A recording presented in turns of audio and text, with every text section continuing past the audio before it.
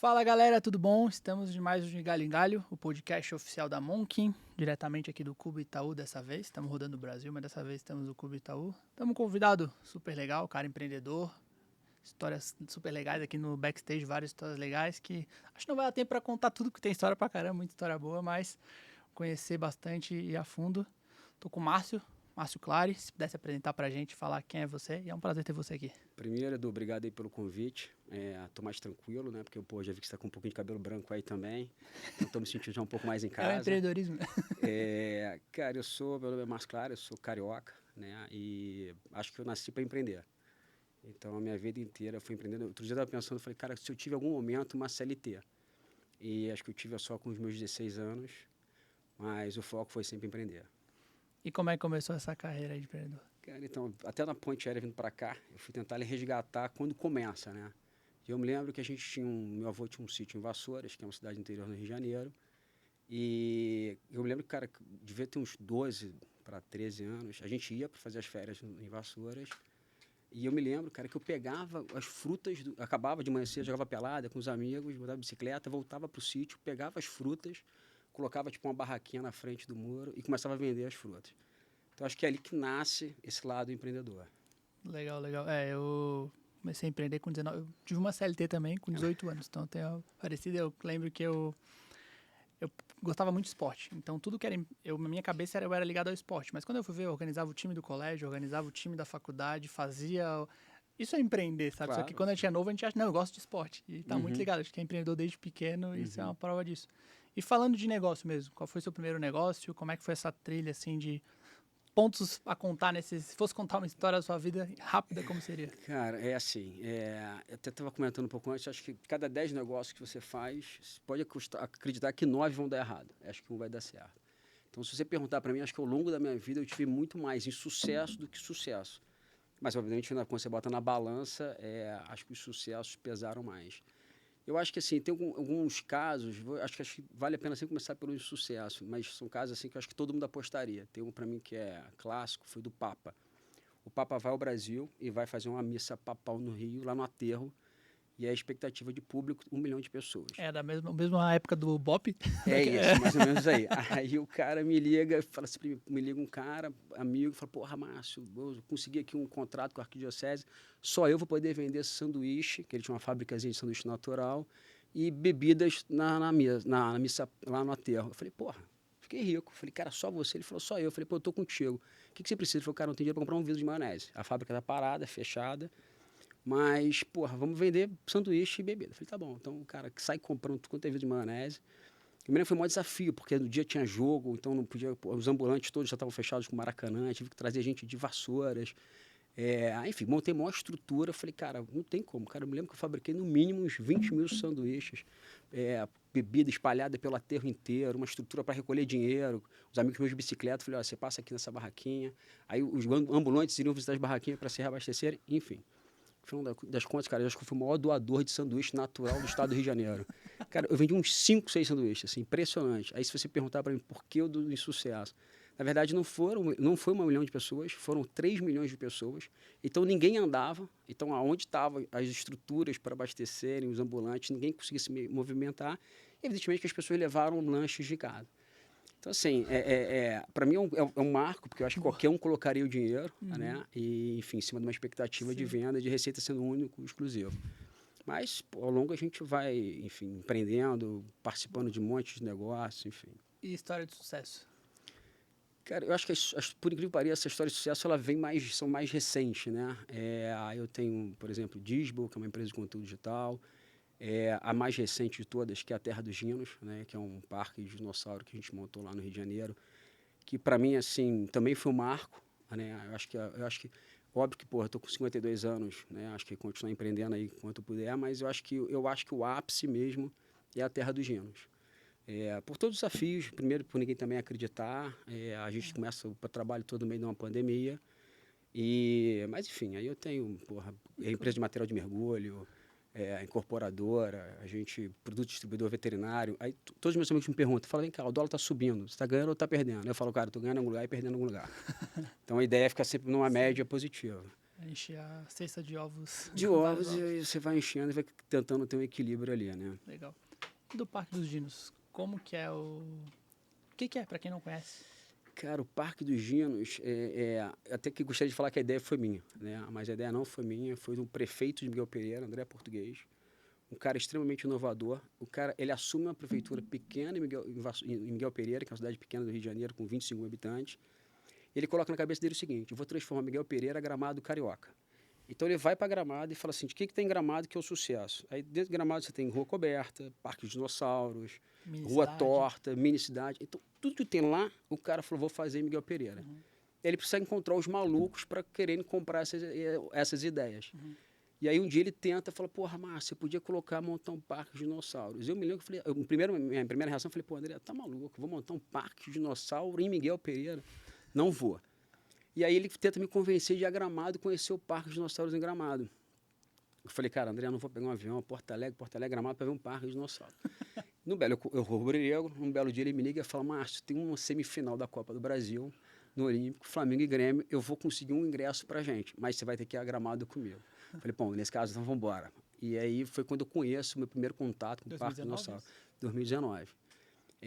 Aí dali eu começo com a ideia falei: pô, André, gostei do negócio, vamos tentar pensar em montar um Parque Dinossauro. Mas no início, quando ele nasce, o Parque Dinossauro, a gente pensa em atender um público Baixada Fluminense, que são 4 milhões de pessoas, é aquela área ali mais próxima de Miguel Pereira. E, obviamente, você começa a criar... Eu sou um cara fã de Disney, então a minha vida inteira eu fui para Orlando, enfim. E eu acho que o que faz a diferença hoje da Terra dos Dinos, dos outros parques de dinossauros, é o seguinte: os outros parques são todos exposições de dinossauros, a Terra dos Dinos não. Ela, na verdade, é um mundo de experiência. Então você tem desde gruta, você está caminhando, tem um dinossauro andando, brincando, interagindo com as crianças, você tem tirolesa, trilha suspensa, enfim. Então você tem esse meio que uma coisa mais... Você viveu uma experiência e não só uma exposição de dinossauro. Legal. E hoje, como é que tá a visitação? Cara, ano passado a gente colocou 350 mil pessoas. Assim, um número extremamente... A nosso BP, melhor cenário, eram 100 mil pessoas no ano. Caramba. Então a gente fez 3 vezes esse número. Entendo que quando eu comecei a construir, eu imaginava isso, que as pessoas, pô, vindo de pandemia, iam querer ver coisas outdoor.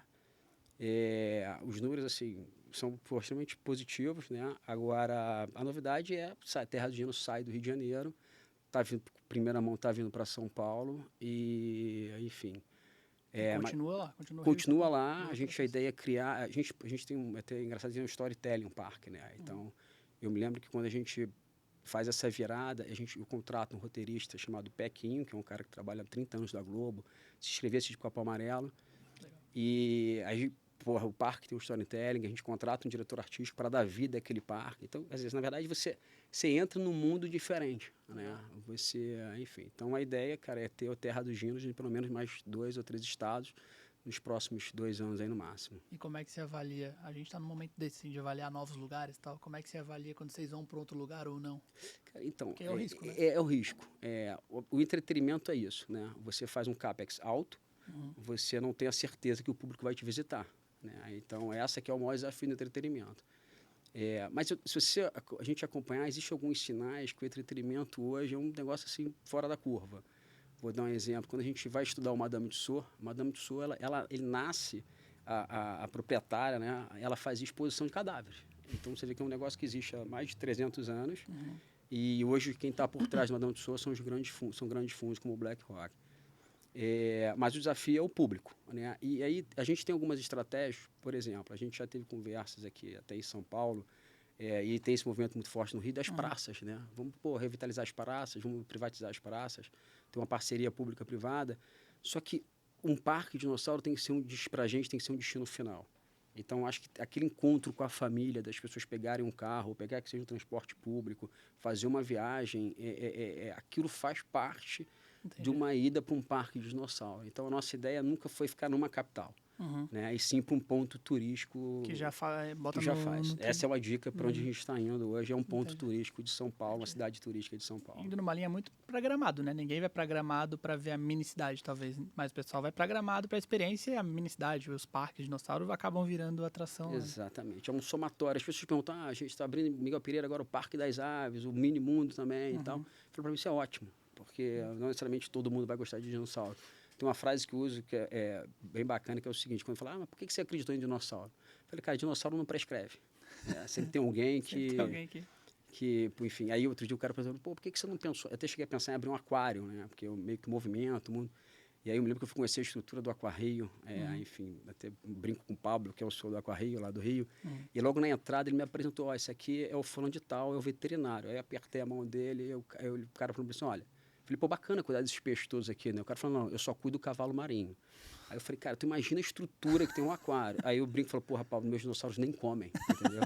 Então, porra, eu fico lá amarradão cuidando deles. Então aqui é o corte, é mais difícil cuidar de peixe hoje do que de Porra, dinossauro. muito mais fácil, cara. Os meus não me dão quase nenhum trabalho, né? Pensando em logística, assim, onde você compra esses dinossauros, você produz, você constrói, então, como que funciona Cara, isso? não, tudo é muito, porque era tudo novo, né?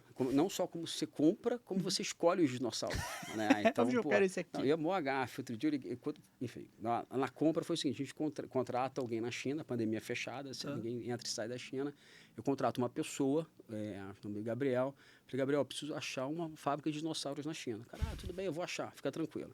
Me cobra um valor, num belo dia ele me liga e falou, ó, tem notícia ruim, uma boa e uma ruim para você, qual que você é a primeira? Eu falei, cara, manda. Ele falou, cara, a boa é que não existe uma fábrica de dinossauros, existe uma cidade com várias fábricas de dinossauros. A ruim é que eu vou te cobrar o dobro. Então, porra, a gente vai buscar os animatrônicos, a gente busca isso na China. Agora, o mais incrível é o seguinte, quando chegou um catálogo com 200 dinossauros. Até então, o meu único conhecimento de dinossauro era o T-Rex. E aí eu viro e falo, bom, e agora o que eu faço? E isso é uma coisa que eu tenho no empreendedorismo, que acho que é uma dica. Sempre se associe ou procure pessoas que entendam, que dominam aquele assunto. Sim. Então, quando eu vou fazer um storytelling, não sou eu que vou criar uma história. Eu até brinco, vou abrir aqui uma história do Pequinho. Quando o Pequinho lê o storytelling para mim, a gente está na sala com várias pessoas, eu me lembro que ele acabou de ler, todo mundo levanta e bate palma. Eu olho a história e falo, cara, assim, bacana a história, mas nada demais. Mas eu falei, cara, esse cara sabe o que ele está fazendo. E, de fato, quando a história vira, vem para o real, né, ali do parque, é uma outra história contada. Legal. Não, aí eu volto e falo, cara, e agora como é que com 200 dinossauros, como é que eu escolho dinossauro? Tá, mas só para dar uma linha do tempo, o Pequim fez o storytelling... Não, ele fez depois. Depois de ter os dinossauros. Depois de ter os dinossauros. Tá. Mas aí como é que eu faço a curadoria de dinossauro? Eu falei, cara, eu não entendo dinossauro. Curadoria de dinossauro é muito bom, porque... Isso é chique, né? Quando você faz podcast, você começa a conversar como que eu fiz a curadoria de dinossauro. Tem que dar valor ao negócio. Claro, eu cheguei lá numa prateleira e peguei um dinossauro. Um dinossauro é uma curadoria. Claro, né? E aí eu, vou lá no Google, nosso amigo Google, eu falo, cara, quem que é o cara que mais, um paleontólogo bom de dinossauro e tal? E aí me aparece um nome, na primeira linha, um cara chamado Alexander Kellner.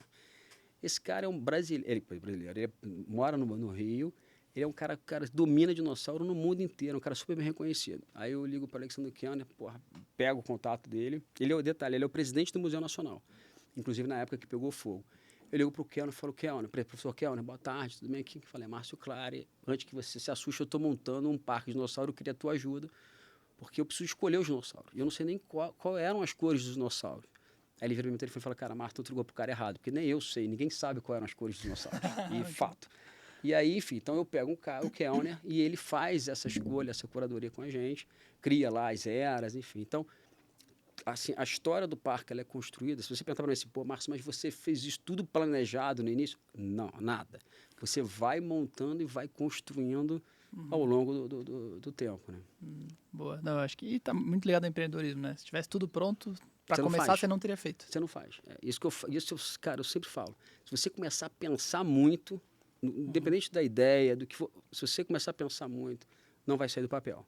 Porque, cara, a tendência é ter muito mais barreira para você não fazer do que para você fazer aquilo. Legal demais. E dos outros negócios que tem rodando hoje, assim, eu vi até ali, eu sou um cara fã de futebol, você também, pelo jeito, você é Flamengo e tal. Eu vi que você fez o Neymar Junior Experience. Isso, e você falou que é próximo à família, eu sou um fã. Como que chegou nisso? O que você criou? Como que é o projeto? Cara, uma história também meio maluca, assim. Dentre as coisas que eu faço, né, enfim, fazia um evento chamado, que é a Disney Magic Run no Rio de Janeiro, um evento proprietário, enfim, a gente vai lá, faz um contrato de licença com a Disney, e um patrocinador que a gente tinha era a TIM, patrocinador master nosso. E nisso eu vou fazer uma reunião com o Flávio Lang, na época acho que era um VP, o diretor da TIM, para renovar o contrato. O Lang vira para mim e fala o seguinte, Márcio, estou mudando de área. Eu agora estou saindo da área que eu estava e estou indo para a área de VAS. Eu falei, cara, VAS? Não fazia a menor ideia do que era o VAS. E aí ele falou, vou marcar com um gerente meu, um executivo meu, e você conversa com ele sobre patrocínio. Bom, sento na frente de um cara chamado Fábio Freitas. E aí eu conto, Fábio, vem aqui sobre o patrocinador, sobre a patrocínio da Disney, a gente vai fazer de novo ano que vem a corrida e tal, te interessa e tal. Mas isso eu queria escutar um pouquinho o que é o VAS, né, para ele. E aí ele, em resumo, disse para mim o seguinte: Márcio, as operadoras de telefone vêm perdendo o mercado de voz, é fato, que todo mundo hoje liga para o WhatsApp, e ela hoje está muito focada em conteúdo, né? Então, dados e conteúdos. Hoje é a maior parte de receita. Estou falando do mercado aí, na época, uns 12 a 13 bi de real. E eu saí dali impressionado com os números. E com um mercado que eu não tinha noção do que existia. Claro que a gente começa a lembrar de conteúdos. Na época, eram aquelas musiquinhas que tocavam, você queria botar no teu telefone, enfim. E aí eu marco com o Fábio um café logo em seguida. Eu falo, pô, Fábio, você consegue tomar um café fora da TIM? E, enfim, não sei se é bom contar a história, mas vou contar. Aí eu tiro ele da TIM, ele vai tomar um café comigo. E eu viro para ele e falo assim: Fábio, você já empreendeu na sua vida? Ele falou: não, a minha vida inteira sou CLT, começo na Telemar, enfim, fui vivo. Eu falei: cara, você já fez essa conta do lado de cá? Se a gente conseguir alguns conteúdos e a gente plugar os conteúdos na operadora, e quanto que isso geraria de receita? Ele falou: cara, nunca parei para pensar nisso, né? Porque o cara tá lá olhando como, enfim, como operadora. E aí ele volta para mim e fala: cara, assim, se a gente conseguir 2 ou 3 conteúdos, eu acho que a gente, consegue gerar um bom negócio. Eu nunca tinha visto o cara na minha vida, eu tive 2 reuniões com o cara. Falei: bom, tu quer ser meu sócio? Aí ele falou: pô, como ser seu sócio? Falei: cara, vamos fazer uma conta aqui, a gente segura essa onda durante um ano, se a gente tem um ano para performar o negócio. O cara pede demissão, acredita no negócio. Ele falou: mas você tem algum conteúdo bom? Eu falei: olha, eu não sei se tem um conteúdo bom. Quer dizer, não, eu tenho um conteúdo bom, mas eu não sei se eu vou conseguir. Mas eu acho que a gente tem tudo para conseguir. É a relação que a gente tem com o Neymar, a família Neymar. Eu falo: olha, eu vou tentar a gente pode tentar criar um produto do Neymar para a gente poder vender para as operadoras. Cara, ele falou: cara, vamos embora. O cara pede demissão, a gente monta uma empresa chamada Disbo.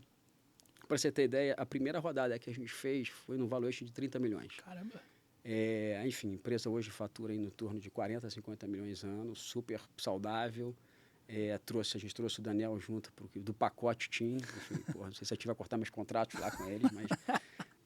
enfim, mas a gente super atende hoje todas as operadoras. Eu acho que a gente é o maior fornecedor de hoje de conteúdo para essas grandes operadoras. Assim. O que seriam esses conteúdos exatamente? Só para ter uma... Conteúdo, por exemplo, no Neymar, esses conteúdos são aqueles, tipo uns apps, né? Então, por exemplo, a gente tem os jogos de sempre, que é banco imobiliário. Então, hoje você vai acessar, vai baixar o conteúdo de banco imobiliário, de alguma maneira você está botando um dinheirinho no meu bolso. Entendi.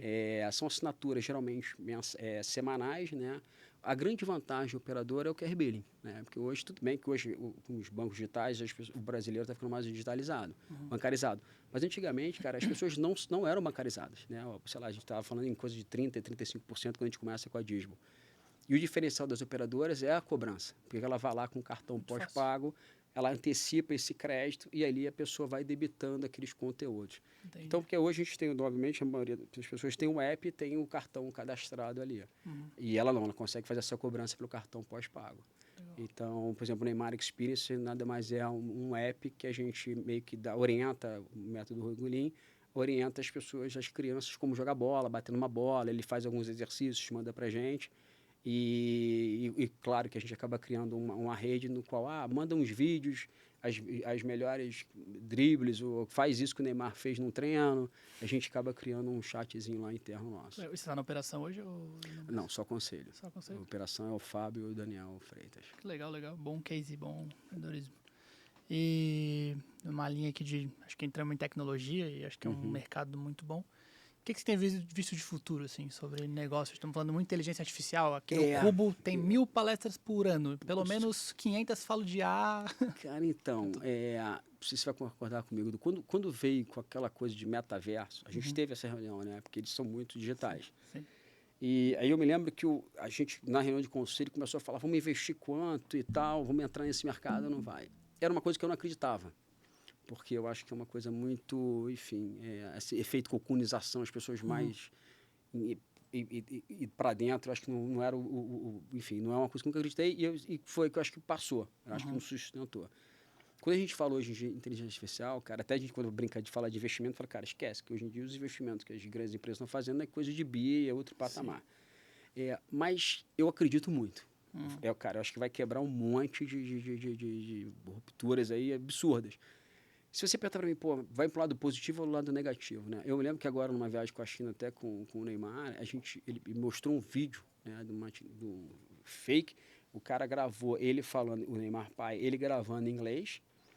Cara, mas assim, assim, o texto era dele, mas não foi ele que gravou aquilo ali, mas assim, uma perfeição, né? Então, o que eu acho, assim, onde a gente vai parar, eu vou falar pelo lado bom que eu penso. Eu acho que a gente tem hoje um problema muito sério nessas de infância, as pessoas se isolando. Acho que a tendência é um chute meu, tá? Acho que ajudaria, por exemplo, o suicídio. Eu acho que amigos serão criados ali. Né? Então, acho que as pessoas vão ter um contato, vai poder criar um modelo de amigo que é o mais próximo do que você quer. Então, eu acho que isso vai ser um apoio bacana. E, enfim, se você perguntar... Mas eu acho que eu acredito. Hoje que a inteligência artificial vai vir com... Eu tô falando com muita gente sobre isso, porque é a pergunta que entra em todos os conteúdos, ainda mais aqui. Tá? Todo mundo tá falando de tecnologia, tem que ter pelo menos uma pitada de IA, porque é o que o investidor quer ver, é o que todo mundo quer ver. E teve um case legal de educação que eu gostei muito, assim. Vai atrapalhar na educação, porque a pessoa vai pegar a pergunta da prova e jogar ali e vai aprender. Mas me trouxeram uma provocação muito legal, que é aquela criança tímida, aquela criança tem medo de perguntar, porque acha, putz, é uma pergunta burra, ela não vai ter medo de perguntar para um chat GPT. Ela, tá, mas aí como é que é? Mas como é que foi esse número? Tá, mas por que esse... Então, ele começa a perguntar muito mais, ele começa a se interessar, ele começa a aprender porque ele fez as perguntas certas. Então, acho que tem aquela linha confiança, né? Isso. Vai te ganhando confiança, você tá depois pro real. Eu acho que é uma coisa positiva. Também acho. E de case negativo, eu lembro que uma amiga minha estava contando que ela foi fazer umas entrevistas para estágio. Ela trabalha num banco. Entrevista para um estágio. E as crianças comunicavam muito mal. As crianças, os jovens que estavam começando na faculdade, eles se comunicavam muito mal. Porque eles estão acostumados a só digitar e só perguntar e não falam. É diferente na minha geração. Vou fazer 30 anos agora. A minha geração é o tempo todo falando, o tempo todo conversando e tal. É digital, mas ainda assim. Mas a geração que tá vindo, a galera não comunica e usa muito, pensa pouco. Pergunta bastante, mas pensa pouco. Então ela trouxe essa provocação pra gente que a galera não sabia falar. Pensava muito na hora de falar, não era rápido, como a gente tá trocando uma ideia aqui, sabe o que puxar, sabe o que falar. Não, isso é verdade. Ontem mesmo, com meu filho, tem um filho de 15 anos, né? O King, né? Que inclusive é o nome do mascote do parque. E eu falei, cara, King, deixa eu ver teu telefone aí. Quantas horas você tem ficado em média? Tá dando 6 horas. Né? Aí eu falei, cara, tá alto, vamos tentar diminuir isso. Mas ele falou, cara, pai, hoje eu estudo por aqui, obviamente eu jogo por aqui, eu falo com meus amigos por aqui. Mas ele é um cara que joga futebol, faz jiu-jitsu, enfim, tem uma vida super ativa. Então, a sensação que dá é que essa geração nova tem 30 horas, né? Eu ia falar, 6 horas achei pouco. Cara, enfim. Mas, mas a quantidade de informação e aonde eles buscam isso, cara, eu acho que... acho que ninguém consegue. Mas se você perguntar para mim, eu acho que é uma coisa positiva e vem para agregar mesmo. E não tem nem como negar mais, né? Não sou contra. Não tem nem como ser contra. Acho que é muito aprender como usar e ver o que tem aí. Acho que tem ferramenta aparecendo. A gente está usando muito no trabalho, em projetos de vídeo, de roteiro, de organização, de dúvidas que a galera tinha, bota lá e criou uns robôs nossos para ajudar em perguntas já anteriores, para quando a galera chega a entender. Sabe bastante. Uma curiosidade, eu não tenho Instagram, né? Rede social, eu tenho o LinkedIn. Aí teve uma coisa do Dom Cabral ali com vocês. Eu fiz um PGA com aquele Gustavo Caetano. Sim. Gente finíssima. E eu fico vendo muitos posts dele. Então, ele mostra, bota cada coisa que você vê, você não acredita. Até caderno, né? Escrita, hoje em dia, os caras estão fazendo. Mas eu acho que vem pro bem. Não vem pro mal, não. Então, pergunta, nessa época de conteúdo pra caramba, por que você não tem Instagram? Cara, eu acho assim, eu por ter várias frentes, né? E eu tenho uma resistência ao Instagram, enfim, hoje em dia você falar isso é complicado. Mas o que você vê ali não necessariamente é real, né? Então as pessoas vão sempre postar as coisas, que as pessoas têm que ficar postando. A vida de Instagram, né? A vida de Instagram. Então, assim, enfim, começa a ler aqueles textos, você começa a entrar, será que é isso? Enfim, às vezes isso aqui não tem nada a ver com você. Cada um está num momento de vida.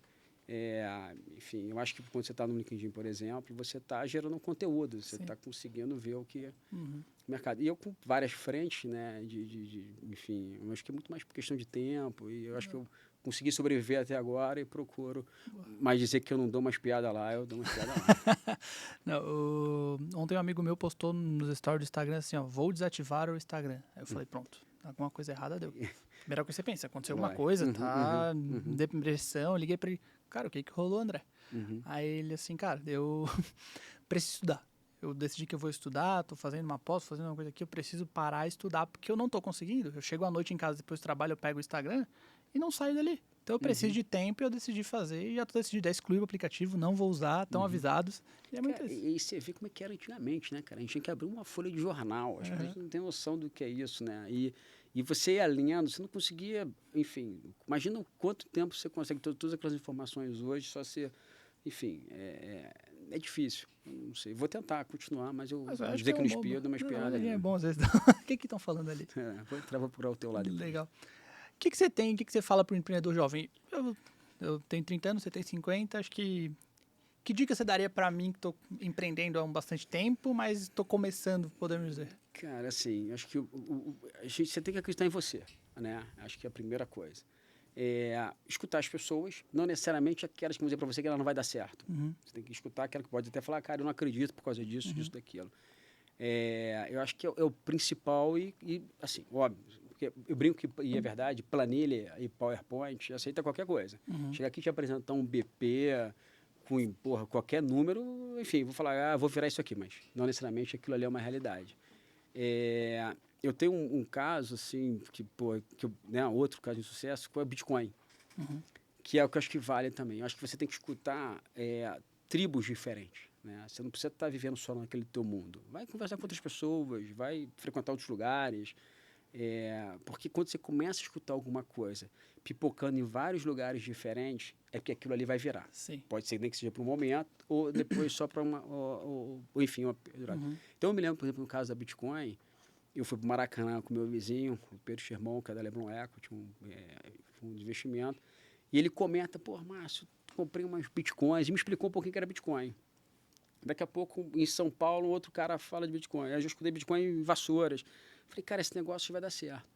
E aí eu brinco, procuro um outro amigo de mercado meu, de investidor, que é o Luiz André, e da Novos, eu falo, Luiz André, porra, Bitcoin, juntei com todo mundo, peguei um cara bom de Bitcoin, e os caras na sala falaram, pô, esquece isso, não vai dar nada.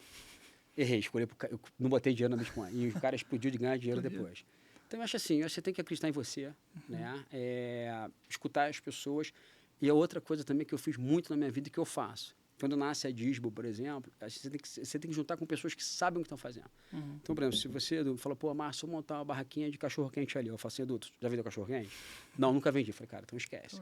Pô, Márcio, vou montar um estúdio desse aqui, porra, em qualquer lugar do mundo. Eu falo, cara, tô dentro contigo porque eu sei que já deu certo, é sucesso, então, pô, vou fazer contigo aonde você for. Então, assim, é isso, associar as pessoas boas que já entendem do negócio, se for inovação, acredita.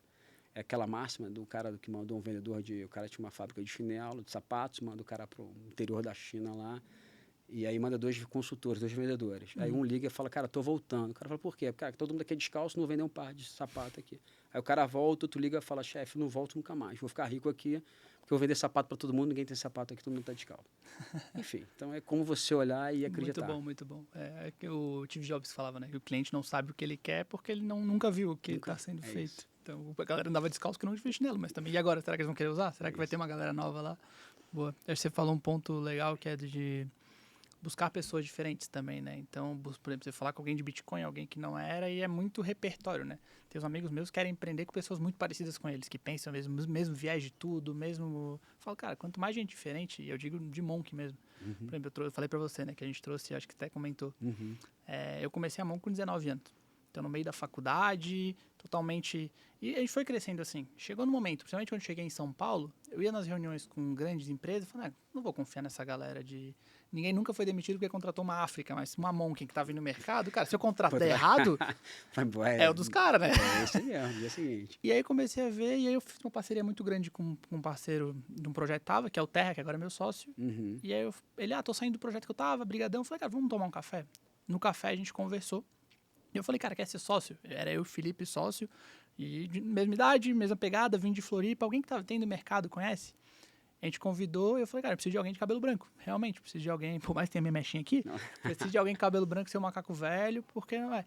Como você vê isso? Tipo, você que já é um cara mais experiente no mercado também, acho que é diferença de quando é um empreendedor mais novo para um empreendedor mais experiente. O mais novo vai penar um pouco mais. Mas acho que não tem que desistir como a gente não desistiu, né? O Cabeça Branca, teoricamente, você enxerga ali um pouco mais de experiência. Se for assim, cara, eu sou experiente pra caramba. Mas, cara, eu assim, volto. Cara, tem que acreditar, né? Eu acho que o próprio parque, no início, eu tinha um pouco de receio. Falei, mas aí você tem que entender o seguinte. E outra coisa que eu acho que é importante, que é uma dica boa, é saber de hora de parar. Tá dando errado? Porra, não vai virar? Cara, realiza o prejuízo, bola pra frente e vai buscar outra coisa. Porque tem gente, às vezes, morre abraçado com o negócio. É o famoso pianista lá do Titanic. Então, você tem que... Pô, cara, larga. Tá dando errado, larga. Então, cara, eu acho que é isso. Eu acho que a gente, por exemplo, no próprio parque, quando a gente começa... E, às vezes, os sinais vêm ao longo dos tempos, né? Então, pô, tem uma história linda, eu vou contar, que ela tem inclusive a Dom Cabral, que é o Marco, não sei se você conhece, aquela granola Tia Sônia, já ouviu falar? É um cara, enfim, hoje Deve ter visto já. mas super bem, tem em todos os mercados, enfim. E aí eu conversando com o Marcão, ele falou assim, pô, Marcão, como é que nasce a Tia Sônia? Ele falou assim, Márcio, eu sou um cara que vivo de sinais. Eu falei, pô, não é pra todo mundo ver de sinal, não, porque isso aí, de repente, é um ponto fora da curva. Eu falei, mas como tu vive de sinal? Ele falou, pô, cara, eu falei, a Tia Sônia nasce em cima de um sinal. Eu falei, como nasce em cima de um sinal? De um sinal pra você? Ele falou, cara, eu tava no meio da Bahia, lá no interior, porra, fazendo pulseira, vivendo minha vida em paz, meio da praia com os amigos, enfim, naquela outra vibe. E aí, em um determinado momento, eu falo, pô, tô cansado dessa vida, eu quero ganhar dinheiro. E aí eu pergunto pro meu amigo, mais alucinado do que eu falei, pô, cara, eu quero mudar de vida, eu quero ganhar dinheiro. O que você faria no meu lugar? Aí o meu amigo chapadão fala assim, cara, por que você não vende a granola da sua mãe? Aí eu largo tudo, largo as pulseirinhas, pego o avião, volto pra casa, falo, mãe, eu vou vender a tua granola, que a tua granola é boa pra caramba. Que nasce a granola Tia Sônia, hoje o cara fatura, sei lá, 300, 400 milhões por ano. A mãe dele é a Sônia. É a Sônia, então vira a granola Tia Sônia. Então, assim, eu acho que você tem que ter um pouco, né, acho que é esse teu feeling, a tua percepção. No parque, quando eu tô no meio da construção do parque, obviamente, não sei o público, você não tem bilheteria, você não tem nada ainda. O Kellner, numa visita no parque, comenta comigo o seguinte, fala, pô, Márcio, eu queria o contato da sua agência de publicidade. Eu falei, minha agência de publicidade? Eu falei por que, Kellner? Assim, na verdade, tem uma pessoa que estava cuidando do meu Instagram. E aí ele fala assim, cara, você está com o mesmo número de seguidores do que eu. E o Museu Nacional já pegou fogo e foi repostado. Eu falei, cara, mas... Enfim, ficou claro para mim que... Eu falei, bom, o público já está movimentando, está acontecendo. E depois eu escuto a minha cunhada comentando um post, enfim, num grupo de WhatsApp do colégio da minha sobrinha, na zona sul do Rio de Janeiro, falando que estão construindo um parque dinossauro em Miguel Pereira, quando ficar pronto tem como ir. Então eu saí de um público de 4 para 16 milhões. Então você fala, cara, agora dá para investir mais nisso mesmo antes de abrir. Então acho que tem que ter todo, acho que é um somatório de percepções, vamos dizer assim, para... Feeling e tal. E o fator sorte existe? Cara, existe. Você tem que contar com isso também. Você tem que estar na hora certa, no local certo, enfim. Enfim, ter um relacionamento. Não tem jeito, acho que para todo mundo, né? Tem que estar preparado, né? Porque, tipo, pode aparecer uma estrutura, sei lá, quando aparecer o cu pra gente, do nada aparece e fala, não, mas tem uma estratégia, estou pensando aqui no momento certo, na hora certa, aí é o empreendedor que vai estar lá. Eu acho que assim, todo cavalo selado passa para todo mundo. Tem um monte de cavalo selado passando aqui. Eu acho que você tem que, cara, aproveitar e montar nesse aí. Mas escolher, de repente, o cavalo. Mas acho que tudo na vida tem que ter, né? Nada é por acaso, enfim, são coisas que vão surgindo ao longo do tempo e acho que a sensibilidade de você buscar isso. Legal demais. Indo aqui encaminhando para o final, eu queria saber, assim, você falou que está trazendo o parque para São Paulo, estão pensando em outros lugares do país. E o que você vê de futuro, além disso, de negócios, de sua carreira? Porra, cara, às vezes eu até penso, pô, vamos parar, né? Já fez, já tá bom, enfim, dá pra... eu fui mordido pela mosca do entretenimento.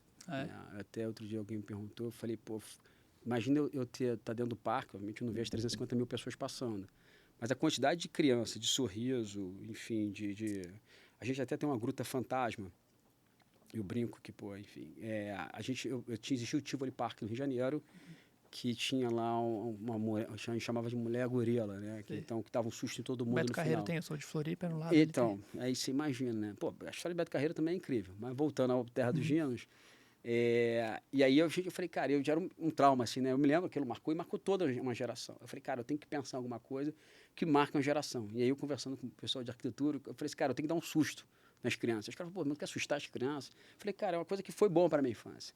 E aí, então, a gente tem a Gruta Fantasma lá, enfim. Então, e aí a gente acaba sendo um amadurecimento. Eu vejo as mães comentando, falam, pô, é bom tomar um sustinho de vez em quando e tal. O entretenimento, como você trata, né? Teoricamente, porra, é alegria, pô, o pessoal está se divertindo. Eu, assim, se você perguntasse para mim, o mercado que eu gostaria de seguir é o entretenimento. Eu acho que é um... E essa questão, né? Depois que a gente viu com pandemia, todo mundo, pô, que é o outdoor, até acho que os próprios shoppings estão tendo que se reinventar, Então, né? o pessoal está comprando muito menos lá, né? Muito menos, enfim, hoje não só questão online, então estão criando esses espaços, essas entregas assim mas acho que tem espaço para crescer, mas eu ficaria focado no entretenimento. Legal, eu tive um episódio aqui foi mais no começo do ano, para janeiro, fevereiro, foi com o Alexandre Espíndola. Ele é um cara que não sei se é o maior especialista de claro. Disney. Ele é próximo a gente, ele é de Floripa, eu estudei com a filha dele, ele era um mentor para mim e ele sempre falou muito de experiência do cliente e Disney, né? O quanto você vê Disney, o quanto vocês se espelham, porque é um case, o melhor case de treinamento do mundo, talvez. Cara, muito. Eu acho que muita coisa eu trouxe assim, de experiências que eu vi na Disney. Agora vou ficar pedindo dinheiro de hambúrguer de volta. Eu me lembro que uma vez na Disney, uma das experiências que marcou foi, estava na fila comprando um monte de cachorro-quente, cheeseburger para a turma que estava comigo. E aí começou a demorar, eu comentei na hora com a atendente lá, eu falei, pô, isso deveria ser um fast food. E aí a menina deu um sorriso, não falou nada, tal. Daqui a pouco, quando ela acaba de colocar todos os refrigerantes, os sanduíches na coisa, ela pega e me devolve meu dinheiro. Fala, cara, você não pode estar aqui insatisfeito. Você não vai pagar nada e pronto. É o que a gente, obviamente, que a gente tenta levar para dentro do parque, né? Então, é a satisfação. Até porque a gente, olhando em termos de renda, não é um programa barato, né? Porque você vai gastar no estacionamento, você vai acabar comprando uma fotografia, você vai gastar na lanchonete. Você está viajando. Você está pegando um carro. E muitas vezes aquilo ali, cara, é um passeio do mês ou dos 6 meses que a pessoa se organizou para aquilo ali. Mas é a experiência. Acho que a Disney é uma referência para todo mundo, enfim. Acho que até para outras coisas, Pra né? tudo, né? O Alexandre fala isso. Ele começou da Disney, mas ele entrou numa linha que ele atende muito banco hoje, porque os caras querem melhorar a experiência do cliente que a Disney entrega para o cliente. Então, entretenimento é mais fácil, né? Mais fácil tratar bem uma criança mostrando um dinossauro, mostrando uma brincadeira. Então, trazendo isso para o dia a dia é muito bom. A gente faz muito isso lá, né?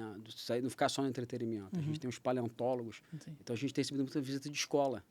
E aí, então, a gente acaba apresentando, os paleontólogos falam um pouco das eras, explicam um pouco sobre os dinossauros e, ou seja, trazendo um pouco de conteúdo também, não ficar só no entretenimento. Legal, legal. Próxima vez que eu for no Rio, eu vou lá, estou curioso. Estou te aguardando lá, vamos lá, né? Cara, acho que é isso. Se quiser deixar uma dica final para o pessoal, fica à vontade. Vai ser o momento. Cara, é falar um pouco do que eu falei, né? Acho que, cara, acredita. Você tem que acreditar em você. Às vezes, o parque, para mim, é um visor de águas quando eu viro e falo, pô, vou montar um parque de dinossauros. Eu lembro que todos os meus sócios, eu tenho sócios, inúmeros sócios, falavam, pô, cara, vai arrumar o que fazer. É verdade. Pô, montar um parque de dinossauro, independente, cara, esquece isso. Então, acho que tem que partir de acreditar em você. Acho que o sucesso está mais dentro de você do que nos outros. Legal demais. Muito obrigado. Valeu. Eu que agradeço. Até mais, galera. Esse foi mais um Galho, super episódio. Vocês sabem o quanto eu gosto de falar de empreendedorismo, então é bom saber história e coisa legal que está acontecendo pelo Brasil. Valeu, até mais.